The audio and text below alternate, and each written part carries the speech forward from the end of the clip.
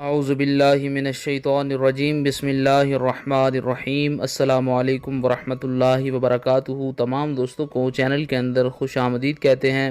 بات کرنے والے ہیں خواب کے اندر کسی کو اپنی گود میں لینے کے متعلق کہ اس کی کیا تعبیر ہو سکتی ہے کہ اگر کسی نے خواب کے اندر کسی آدمی کو، کسی انسان کو اپنی گود میں لیا یا کسی بچے کو اپنی گود میں لیا، اس کی مکمل تعبیر آپ کو بتائی جائے گی۔ اس سے پہلے جو لوگ چینل کے نئے ویورز ہیں، چینل کو سبسکرائب کر کے بیل آئیکن کو پریس کریں تاکہ آئندہ آنے والی تمام ویڈیوز کے نوٹیفیکیشن آپ کو بآسانی موصول ہو سکیں۔ بات کرتے ہیں خواب کے اندر کسی انسان کو گود میں لینے کی تعبیر کے متعلق۔ حضرت ابراہیم کرمانی رحمۃ اللہ علیہ فرماتے ہیں کہ اگر صاحب خواب کے اندر یہ دیکھتا ہے کہ اس نے کسی مشہور آدمی کو اپنی گود میں لیا، گود میں بٹھایا، تو یہ اس بات کی طرف اشارہ ہے کہ وہ شخص نیک اور صالح ہوگا اور اس کے دین میں خیر ہوگی۔